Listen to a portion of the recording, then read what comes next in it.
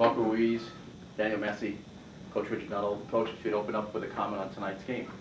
Just thought it was an incredible game, thoroughly entertaining. Two great teams. Lehigh, a wonderful team, hard working, good on the ball, very dangerous going forward. I thought we kept them in front of us well most of the game, but they did get a couple of chances because they've got a lot of talent. And I thought the second half we got on top of the game and did well in terms of doing what we wanted to do effectively, get the ball forward and get in the box and hopefully create problems. And then a wonderful goal from Mario, a great win in overtime. And I thought we just deserved the game in the end with the second half and the pressure we're putting on them. So kudos to Lehigh, great team, hard to play against, and very proud of our guys.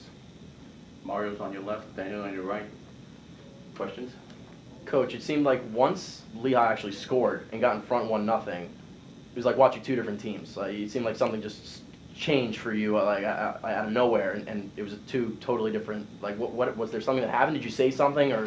Yeah, I think it was an emotional cue. Once you're down, you've got to speed the game up, and us just speeding the game up a little bit changed everything, and there was a bit of urgency in our game. And from our point of view, that urgency maybe turned the tide in terms of the ascendancy of the game. So, when you're down 1-0, you want to keep the game moving, and I thought we kept the game moving very well, especially second half.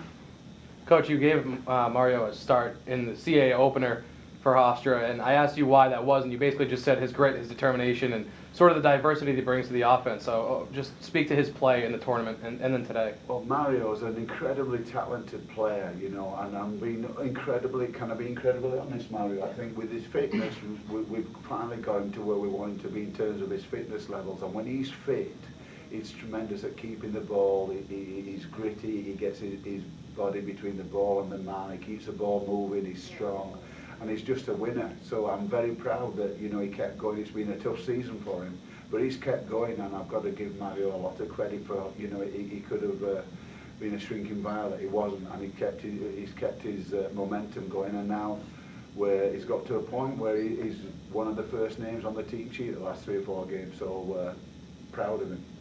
Yeah, Richard, the players who scored tonight, they had a total of, if I'm not mistaken, 1 goal together entering the match. Yes. What does that say about them and what the depth you have on the team? Well, we have a lot of depth. We've 18 and 19 players who can really make a difference. And, we've had a few injuries recently. We've moved a few things around, and you do as you see fit as a coach. But, again, Mario's a talented boy, and Danny's a talented boy. And from that point of view, he's a goal scorer, he's Danny, but he couldn't play the first 7 or 8 games for various reasons. And then once you don't get a 8-game start, and he started to then get into the rhythm of the game, and he's been suffering this, Danny, he's been suffering from a bit of a groin injury, so that's been keeping him back. But I will say the future in college soccer for Danny Massey here is very bright, as long as we can get him fit and sharp. And with Mario, again, I think Arthur Brent was here watching him and supporting him. So, again, great young man who's working hard, and I'm very pleased with the progress, as I am all the team.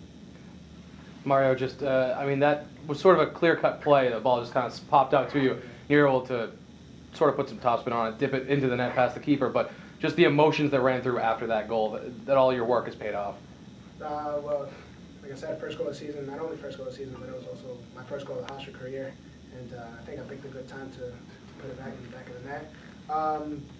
I saw it drop down, saw a defender come to me, and I knew I just had to take the decision, just either, let it ball bounce or just hit it, and I hit it. And then I see my whole team running to me. I look in the back of the net and I see the ball is in there. So then I just start running towards the fans. I knew I have a lot, even with the conditions here. So many of my hometown friends and everybody I went to high school with, people I grew up with, they were here. So I knew I had to go over and celebrate with them and also with Joe's dad, who I saw in the crowd. And like I said, the whole season we would play for Joe. So I had to celebrate with both, my people from hometown and also with Joe's dad.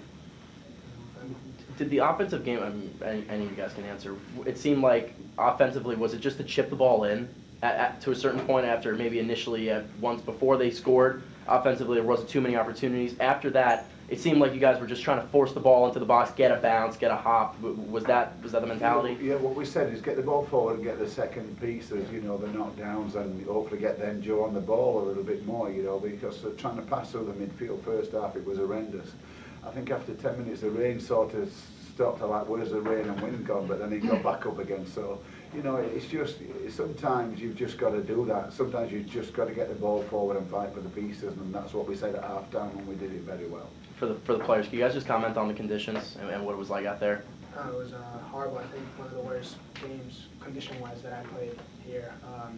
It was tough to get good control of the ball with such wind, but I think we dealt with it well.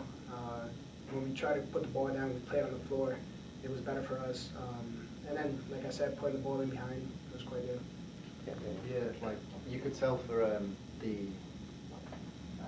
Lehigh goal, the way we couldn't clear it, it was obviously causing problems all over, but when we kind of got used to it and kind of changed how we played, we kind of got more success from it. And can you just take us through that final Oh. play? Unreal feeling, especially as a freshman, to come in and score in overtime. I mean, I've seen Manny do it multiple times, and just his face is just, I can't put into words how happy it is, just how good it was. Yeah. Coach, what did you see on the final play? What was going through your mind when it ball went in? Well, Andreas serves a good ball, you know, and I thought he's going to get this ball in here. Who's going to get on the end of it? And recruiting Danny here, one of the things he does well, he pulls off shoulders and gets in behind defenders. I think he got in behind his defender, got a flick on the back of the net, and that was it. Joy to all. So very happy. Now you head down to Georgetown, a little bit of a less potent offense comparing them to Lehigh, but a very similar keeper and defense situation. So what's your outlook for Sunday's match? Yeah, forgive me if I get my facts wrong, but I think Georgetown have won 13 out of the last 14 and drawn one, and they're one of the best teams in the country. They were final 14 2 or 3 years ago, and they're incredibly talented.